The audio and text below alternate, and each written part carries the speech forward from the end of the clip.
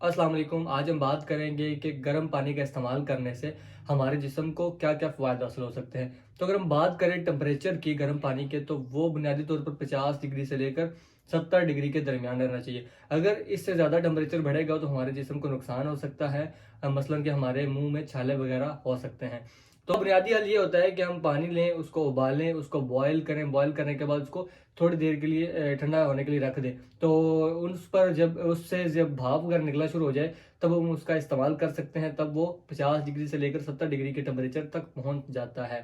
तो गर्म पानी का भी इस्तेमाल सुबह शाम भी कर सकते हैं। और उसके बाद अगर रमज़ान की बात करें तो ज़ाहिर सी बात है, आप रमज़ान में गर्म पानी का इस्तेमाल सुबह और शाम में करेंगे। और उसके बाद जो है, आप आम तौर पर जो दूसरा पानी इस्तेमाल कर रहे होते हैं, यानी कि कोल्ड वाटर इस्तेमाल कर रहे होते हैं, तो उसके साथ साथ आप गर्म पानी का इस्तेमाल करेंगे तो आपको बहुत बेशुमार फ़वायद हासिल होंगे। और अगर आप मज़ीद मज़ा लेना चाहते हैं या मज़ीद इससे फ़वायद हासिल करना चाहते हैं, तो आप गर्म पानी में एक नींबू डाल दें, एक लेमन डाल दें, तो आपको विटामिन सी भी हासिल हो जाएगी और बेशुमार फ़वायद हासिल हो जाएंगे।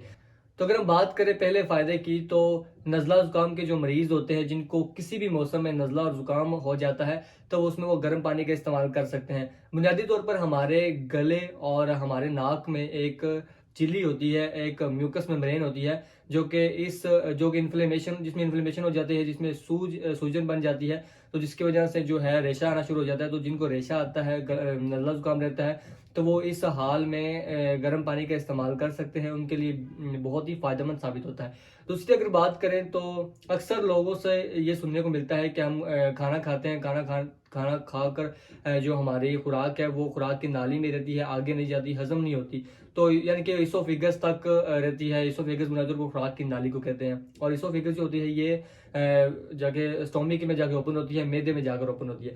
तो जिनको ये मसला है, या जिनको ये लगता है कि मेरी खुराक हज़म नहीं होती और वो जो है खुराक वाली नाली तक ही रहती है, तो उसमें वो गर्म पानी का इस्तेमाल कर सकते हैं। ये इनके लिए बहुत ही फ़ायदेमंद साबित होता है। तीसरी अगर बात करें हम फ़ायदे की, तो ये हमें डिहाइड्रेशन से बचाता है, यानी कि पानी की कमी होने से बचाता है। बुनियादी तौर पर देखा गया है कि जो ख़वातीन होती हैं, उनमें 2.3 लीटर जो है लिक्विड की रिक्वायरमेंट होती है एक दिन में। और इसी तरह जो मर्द हैं, उनमें 3.3 लीटर लिक्विड की रिक्वायरमेंट होती है। अगर इनसे कम हो जाए रिक्वायरमेंट, या इन तादाद से जो कमी आ जाए, तो उसको डिहाइड्रेशन हो जाती है, इनको पानी की कमी हो जाती है। तो उसमें जो है, आप गर्म पानी का इस्तेमाल करें अपनी रोज़मर्रा की ज़िंदगी में, तो उससे जो है डिहाइड्रेशन नहीं होगी, हमें पानी की कमी का सामना नहीं करना पड़ेगा। तो चौथे अगर हम फ़ायदे की बात करें, तो जिनको कॉन्स्टिपेशन का मसला रहता है, तो जिनके लिए भी बहुत ही फ़ायदेमंद साबित होता है। यानी कि अगर किसी को कॉन्स्टिपेशन का मसला है, तो वो भी गर्म पानी का इस्तेमाल करे, अपनी ज़िंदगी में इसको मामूल बनाए, तो वो भी कॉन्स्टिपेशन जैसे मसाइल से बच जाएगा।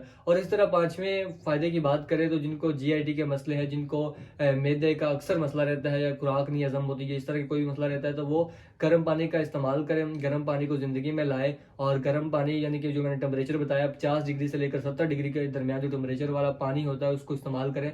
तो ये सारे मसाइल काफ़ी हद तक हल हो जाएँगे। तो ये थी आज की छोटी सी वीडियो, जिसमें मैंने आपको गर्म पानी का फ़वायद बताए। अगर आपको ये वीडियो अच्छी लगी, तो इसको शेयर करें और इस चैनल को भी सब्सक्राइब करें और इस वीडियो को भी लाइक करें।